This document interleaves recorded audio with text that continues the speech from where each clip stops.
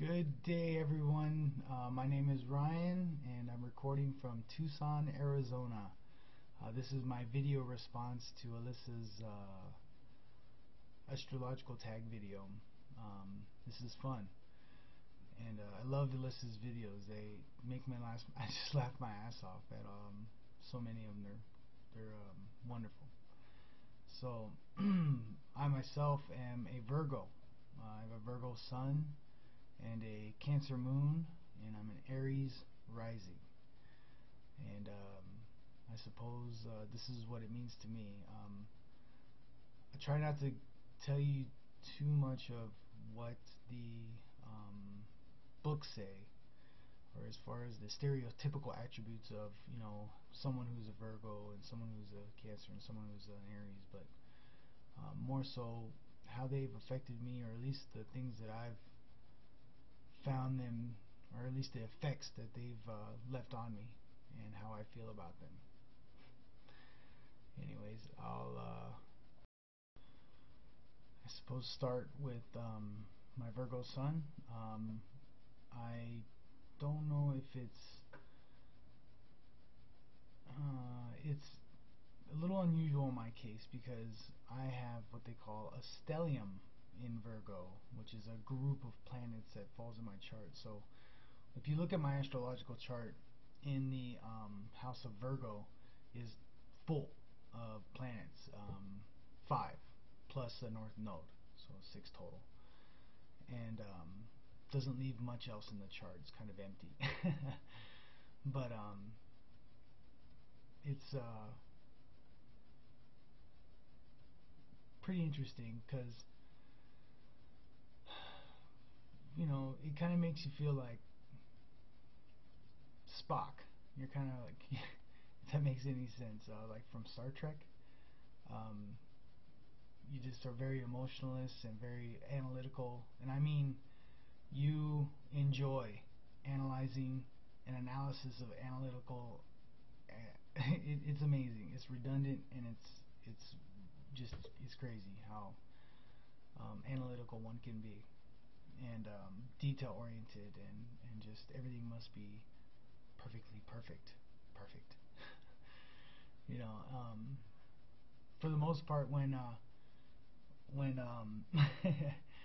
when you're sitting at the card table with your friends, and astrology comes up, and one guy's like, oh, I'm a Scorpion, I'm a Scorpio, got a, it's a vicious creature, and, or, I'm a Leo, I'm a, ferocious lion, and, all these different, types of, characters, and then they're like, Ryan, what are you? And I'm like, oh, I'm a Virgo. And they're like, whoa, what's that? I bet you that's crazy. I'm like, that's the Virgin. And they're like, oh.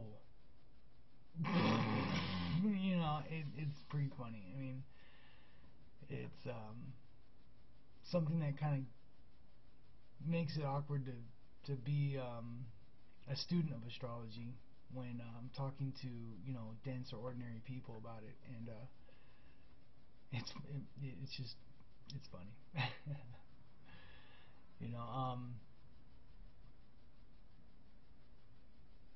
It's funny that Virgos, I have so many planets in Virgo, and they're supposed to be detail oriented, but I honestly feel so sloppy, and I don't know if that's a compensation or something. I'm not sure where that comes from, but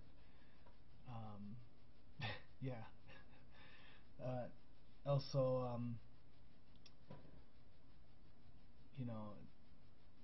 it's all in my 6th house, and that'll actually come up with my rising sign is what dictates what house is which. Is your 6th and your 2nd, is your 2nd and your 5th, or between 1 and 12 houses, it spins, depending on your Aries sign. The planets don't change, the houses do. And as far as being a Virgo, I'd say that's pretty much it in a nutshell. You want further information, I suggest you watch Alyssa's video. It's pretty funny. Or any of the literature that you can find at the library or the bookstore or anything like that will serve you well. Alright, on to my Cancer moon. I have a supercharged turbo moon because it's in Cancer, but it's also exactly conjunct Mars. Spot on. And having a Cancer moon, aside the conjunction, saves me from the Virgo black rabbit hole that I can often get lost in and fall. But the Cancer moon offers many of the Cancers, Cancer-like attributes. They're very, it's very nurturing, very deeply emotional, things of that sort. The thing that I notice the most, the thing that picks up with me the most, is the fact that there's a whole level of empathy that's not really known or seen. Like if I'm in your presence and you become sad, I will get sad. If you're happy, I will become happy. Like very absorbent to another person's emotions. It's very unusual.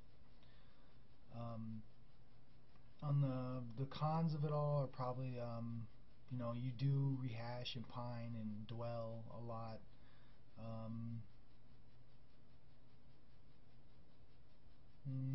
You may be very emotional, but no one would ever know. You're never gonna let anyone see. But the good portions are just the quick to change your mind, which is most of the time good. I'm able to just fly with, roll with the punches, roll with everything. Security. One thing that's very important to me is security of home, security of family, security of finances. So that's something that I'm always keeping up in order. I think that's about it. One little factoid about having that unusual conjunction with the moon with Mars is it denotes two things. One, I was cared for intensely by my mother, and two, I was abused. In actuality, I was never abused, ever. But was about a year old. My father abandoned my family, so it's kind of two in the same, I suppose. Hardly for me to notice. I was far too young, and I grew up in a wonderful family, so it was good. But I think that's it. That's a Cancer moon. Sorry if I left out a whole heap of information. Okay, on to my ascendant, my Aries rising. I suggest watching Alyssa's video on Aries rising. It's pretty good. It's pretty complete. They're enthusiastic and endearing. We're the heroes. We love to battle injustices. A bit dualistic. We can be a warrior and a baby simultaneously at the same time. It's something that I appreciate having an Aries rising, because it's another aspect that keeps me from getting stuck in those perfection loops, which are completely unreal and impossible, but they still are there. Very tenacious in my chart, in my mind. But one thing that I was told about them, that they are easily bored. I don't feel that way. I feel like I feel that people who get bored are boring. But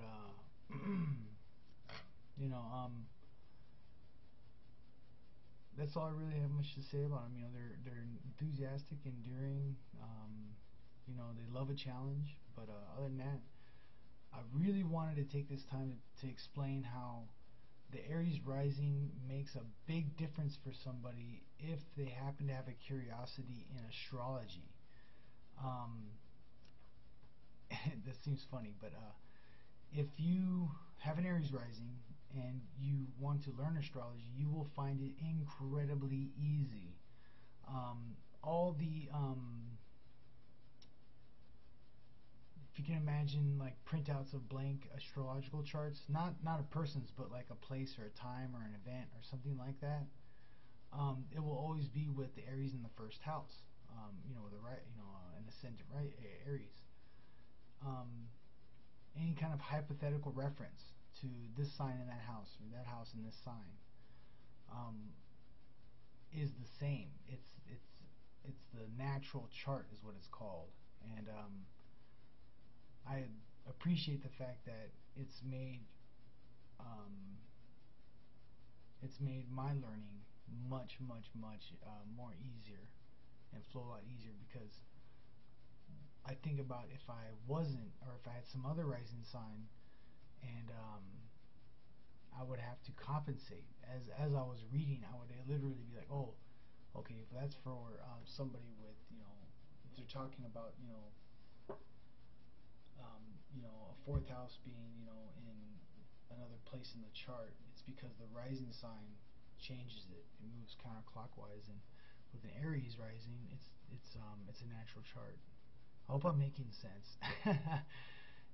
That's really the biggest thing about the Aries rising, is that it makes things very easy and convenient when it comes to learning or reading astrology books. If they had a motto, back to their attributes, if there was a sentence or a motto I would give to an Aries rising, it would be live free, die well. When you say that to them, they'll be like, yeah, and they'll get it. Other than that, I think that's it. This is definitely something I've never done before. Thank you, Alyssa. This is very creative and interactive, to call people out on their sun, moon, and risings.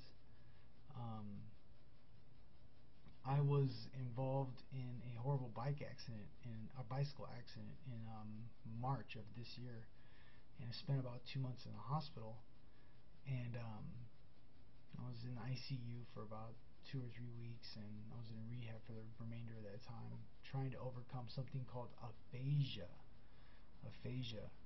and it's basically the inability to speak, or not inability. I could say 3-letter words and things like that, no problem. I just couldn't conjugate sentences or put things together or think very well. It's a traumatic brain injury is what I had, but aphasia was the symptoms, and this has been incredible therapy. Just taking all the notes and trying to write it out and organize it is a therapy for me. It's actually something that keeps my mind sharp. It's something I'm still in therapy for, and I will be for probably another 1.5 years. I'm speaking quite well now, but it was not the case in March. I couldn't say anything, and I couldn't read anything, and I couldn't write anything. So this is all good work for me. Good therapy. So thank you. I hope you guys enjoyed, the tidbit, and I apologize for the incorrectness of anything or any loss of information. If I've forgotten to say anything or anything important, my apologies, and I hope you all have a good day.